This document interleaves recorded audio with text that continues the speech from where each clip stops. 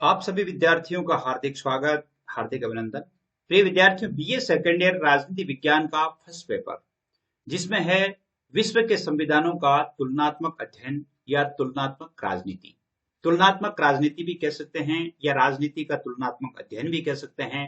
विश्व के संविधानों का तुलनात्मक अध्ययन, यानी इस तरह से पेपर का नाम आपके होता है। तो इसमें हम पहला प्रश्न बैंक आज पढ़ेंगे। जो आपका नया पाठ्यक्रम है उसके अनुसार है, तो आप इनको धीरे धीरे याद करते जाइए ताकि एग्जाम आने तक आप अच्छी तरह से याद कर पाएं, अच्छी तरह से आप अपने पेपर को कवर कर लें। इसके लगभग हम फर्स्ट इकाई है वो पूरी कर चुके हैं।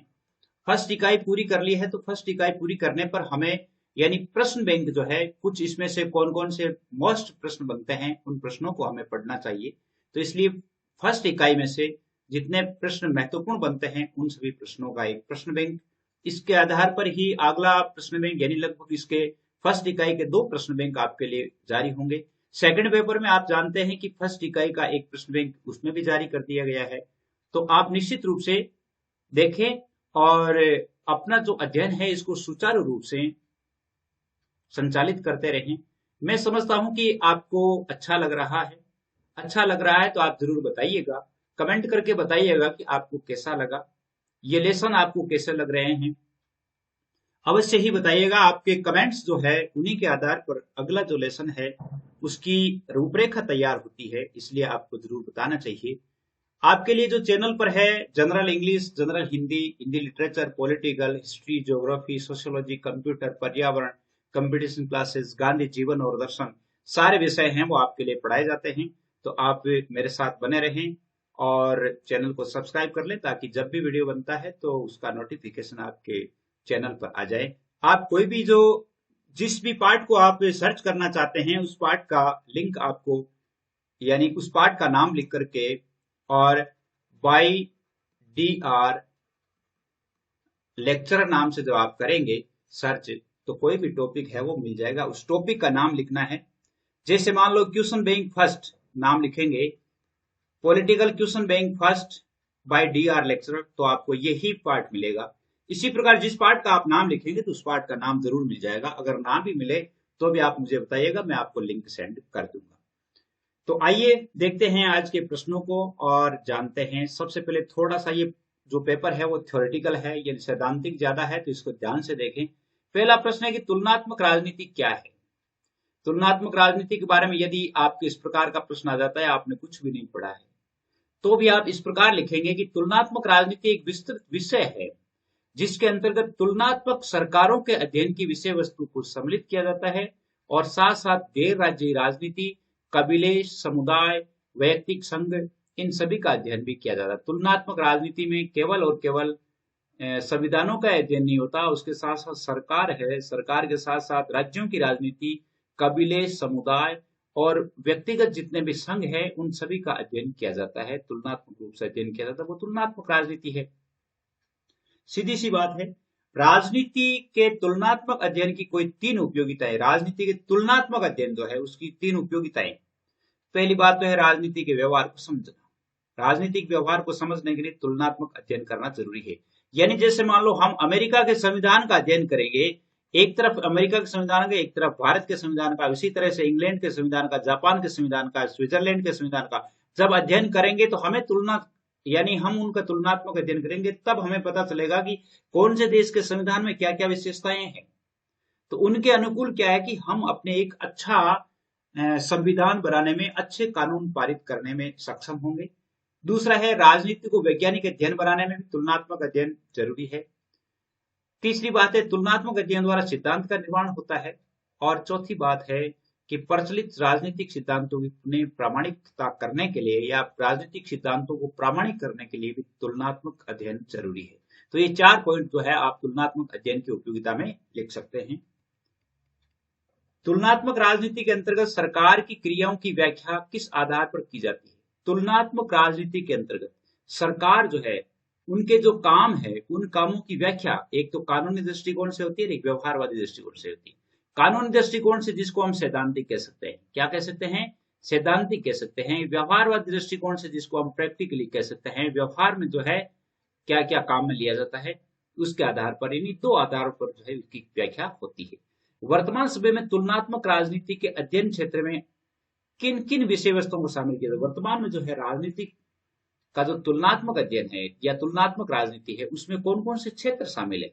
एक तो है अध्ययन के लिए विश्लेषणात्मक अनुभव की खोज करना। विश्लेषणात्मक अनुभव की खोज का अर्थ है कि जैसे मान लो विश्व के कई संविधानों का अध्ययन करते हैं, सरकारों का अध्ययन करते हैं, वहां के नियमों का अध्ययन करते हैं, वहां की सरकारों का अध्ययन करते हैं, तो हमें मालूम होता है कि वहां ये किस प्रकार की वहां सरकारें हैं, कितना उनका लाभ है। तो एक विश्लेषणात्मक खोज हो जाती है। दूसरी अवसंरचना का अध्ययन होता है, कौन से देश में, कौन से समाज में, कौन से कबीले में क्या व्यवस्थाएं हैं, उनका क्या समाज पर प्रभाव पड़ता है। विकासशील समाजों के अध्ययन पर भी बल देता है।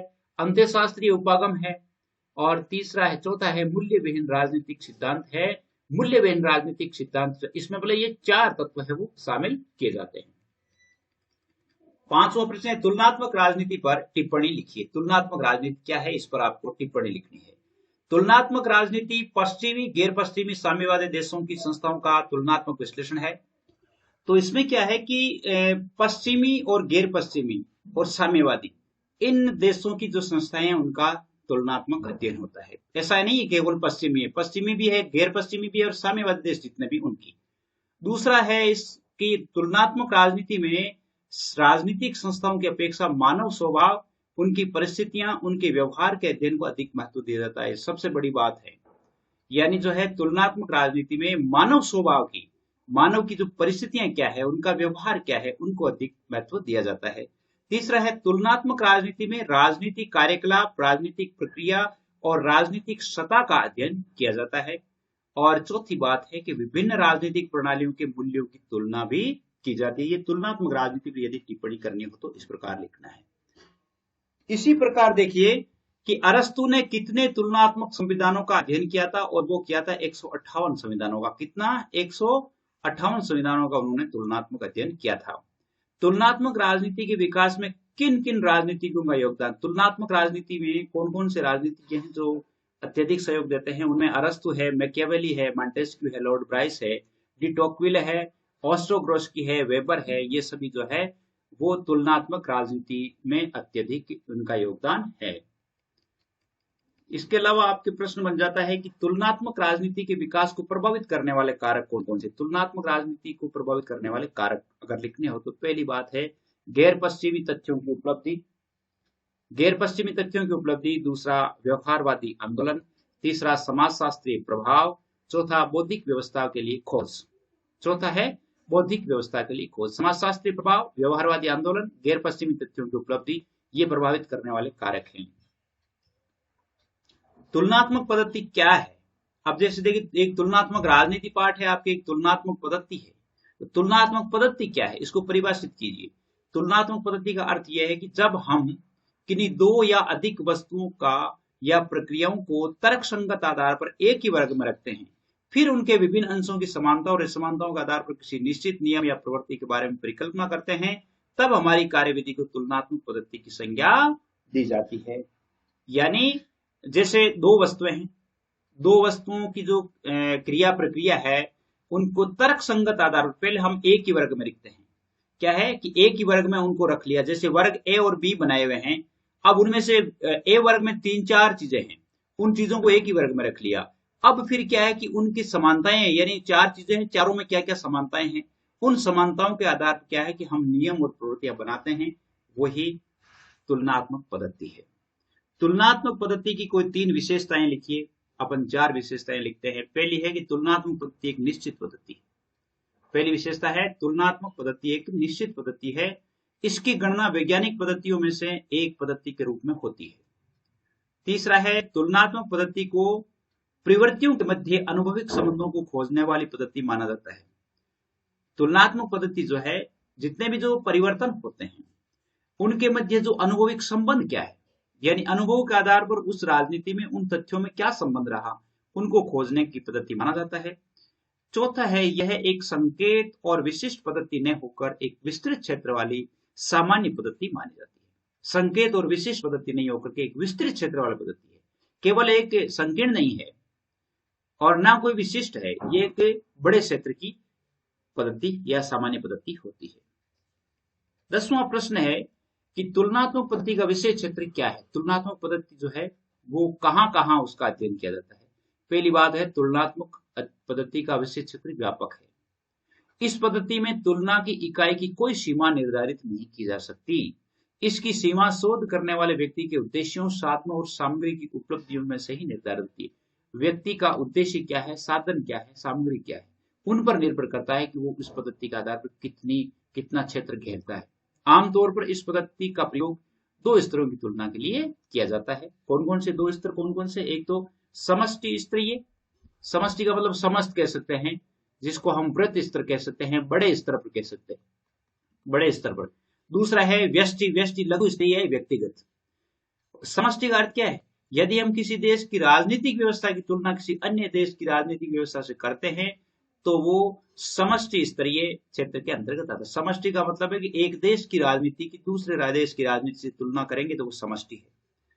अगर हम किसी देश की व्यवस्थापिका की दूसरी देश की व्यवस्थापिका से करेंगे तो वो व्यष्टि है।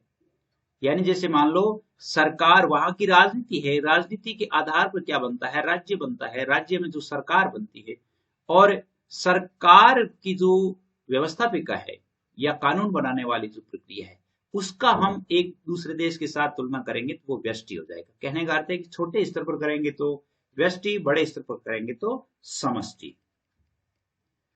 11वां प्रश्न है कि तुलनात्मक पद्धति की कोई दो उपयोगिताएं बताइए। तुलनात्मक पद्धति की उपयोगिताएं। तुलनात्मक पद्धति की सहायता से हम स्थानीय, राष्ट्रीय और अंतर्राष्ट्रीय स्तर पर घटित राजनीतिक घटनाओं और व्यवहार को समझ सकते हैं। तुलनात्मक पद्धति की उपयोगिताएं बतानी है। स्थानीय, राष्ट्रीय और अंतर्राष्ट्रीय, यानी यूं कह सकते हैं कि छोटे स्तर से लेकर के बड़े स्तर तक राजनीतिक घटनाएं और व्यवहार को समझा जा सकता है। तुलनात्मक पद्धति के प्रयोग द्वारा हम राजनीतिक व्यवहार की अनियमितताओं तथा अंतरों को समझ सकते हैं।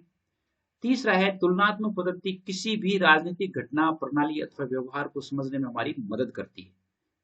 कोई भी जैसे राजनीतिक घटना है, प्रणाली है, उसको समझने के लिए हमें तुलनात्मक अध्ययन करना होगा। एक तरफ हमारी व्यवस्था रखेंगे, दूसरी तरफ है वो दूसरी व्यवस्था रखेंगे, दोनों का अध्ययन करेंगे, तुलना हो जाएगी। तुलनात्मक पद्धति न केवल राजनीतिक क्षेत्र में घटित घटनाओं को समझने में सहायक है, अपितु संभावित घटनाओं और व्यवहार को समझने में भी सहायता प्रदान करती है। केवल राजनीतिक क्षेत्र में नहीं, और भी कोई संभावित घटना या कोई व्यवहार हो रहा है तो उसके बारे में, उसे समझने में भी हमारी मदद करती है। इसी प्रकार जैसे प्रश्न आ जाता है कि तुलनात्मक पद्धति के अध्ययन में आने वाली समस्याओं को संक्षेप में लिखिए। तुलनात्मक पद्धति के अध्ययन में कौन कौन सी समस्याएं आती है उसके बारे में। पहली बात है कि तुलनात्मक अध्ययन पद्धति के प्रयोग में प्रमुख समस्या पृष्ठभूमि प्रवृत्तियों की समस्या आती है। क्या आती है? इसके अंतर्गत क्या होता है कि राजनीतिक समाज के करोड़ों व्यक्तियों की गतिविधियों और उनका व्यवहार प्रतिमान अनेक तत्वों से प्रभावित होता है। जैसे मान लो एक समाज के व्यक्ति नहीं है, एक धर्म के व्यक्ति नहीं है, एक भूगोल के व्यक्ति नहीं है, अर्थात उनका क्षेत्र के आधार पर, समाज के आधार पर और उनकी जो यूं कह सकते हैं कि भाषा के आधार पर हर तरह की व्यक्ति की जो है विभिन्नताएं हैं। उन विभिन्नताओं में सबसे बड़ी बात है कि पृष्ठभूमि का अर्थ है कि वहां जो व्यक्ति हैं तो उनकी पृष्ठभूमि में अंतर आता है। इन प्रवृत्तियों की बहुत बड़ी संख्या, जटिलता, इनके मापन की समस्या इत्यादि के कारण इनकी तथ्यपूर्ण सही जानकारी संभव नहीं हो पाती है, क्योंकि जो अलग अलग लोगों की अलग अलग जनसंख्या, अलग अलग क्षेत्र है, अलग अलग भाषा है, तो उनके हम पूर्णतः नहीं कर सकते। दूसरी बात है, किसी राजनीतिक संस्था की कार्य प्रक्रिया के किन किन घटनों की तुलना की जाए, ये भी एक समस्या है। भाई राजनीतिक संस्था है, राजनीतिक संस्था में कौन कौन से घटकों की तुलना की जाए। जैसे मान लो कुछ घटक ऐसे होते हैं जो हमारे यहाँ लागू नहीं होते और इंग्लैंड में लागू होते हैं, तो उनके आधार पर तो इंग्लैंड में वो सही है, लेकिन अपने यहाँ पर जब लागू करेंगे तो वो सही नहीं है। तो यानी कहना का अर्थ है कि कौन कौन से घटकों की तुलना की जाए, ये भी एक समस्या है। इसी प्रकार जैसे तुलनात्मक पद्धति के प्रयोग के लिए उदाहरणों की संख्या की समस्या है। विभिन्न राजनीतिक व्यवस्थाओं में सिद्धांत और व्यवहार के मध्य अंतर की समस्या, जैसे इंग्लैंड की राज्य व्यवस्था है। इंग्लैंड की राज्य व्यवस्था की यदि तुलना की जाती है, इंग्लैंड की राज्य व्यवस्था का उदाहरण देकर के यदि हम तुलना करें तो दूसरे देशों की जो राज्य व्यवस्था है उनसे तुलना नहीं की जा सकती, क्योंकि वहां का संविधान ही थोड़ा लचीला है। तुलनात्मक राजनीति की प्रकृति पर संक्षेप में वर्णन कीजिए, अथवा तुलनात्मक राजनीति का अध्ययन क्षेत्र क्या है, ये देखना है। तुलनात्मक राजनीति पश्चिमी, गैर पश्चिमी, साम्यवादी राज्य व्यवस्था में तुलनात्मक विश्लेषण है। तुलनात्मक राजनीति विविध राजनीतिक संरचनाओं के साथ साथ राजनीति से जुड़े कुछ अराजनीतिक संरचनाओं और प्रभावों का अध्ययन भी है। केवल राजनीति का ही नहीं, राजनीति के साथ साथ जो गैर राजनीतिक संगठन है उनका अध्ययन भी करता है। तुलनात्मक राजनीति में राजनीतिक संस्थाओं की अपेक्षा मानव स्वभाव, उनकी परिस्थितियों, उनके व्यवहार का अध्ययन होता है। तुलनात्मक राजनीति में राजनीतिक कार्यकलाप, राजनीतिक प्रक्रिया और राजनीतिक सत्ता का अध्ययन किया जाता है। पांचवी बात है, विभिन्न राजनीतिक प्रणालियों के मूल्य की तुलना भी की जाती है। उम्मीद करता हूं ये जो प्रश्न है वो लगभग कितने प्रश्न थे, यानी जो 12 या 13 जो प्रश्न आए हैं, 13 जो प्रश्न आए हैं, तो वो आपके अच्छी तरह से समझ में आए हैं। और आगे भी इसी प्रकार के प्रश्न बैंक भी आते रहेंगे, लेसन्स भी आते रहेंगे, और जल्दी ही आपके लिए मॉडल पेपर भी आएंगे। यानी लगभग जो है इसके 3 मॉडल पेपर आएंगे, जो कि 3 मॉडल पेपर है वो कंप्लीट जो सॉल्यूशन के आधार पर आएंगे कि कैसा पेपर आएगा, उनमें से मुख्य प्रश्न क्या है। तो ये प्रश्न आप जो प्रश्न बैंक है इनको आप जरूर पढ़ें। प्रश्न बैंक के अलावा आपको पाठ जो होते हैं वो निश्चित रूप से पढ़ना चाहिए, ताकि उसमें से पाठ है वो अच्छी तरह से याद हो जाए और आप अच्छा लिख सकें। आज के लिए बस इतना ही। जय हिंद, जय भारत।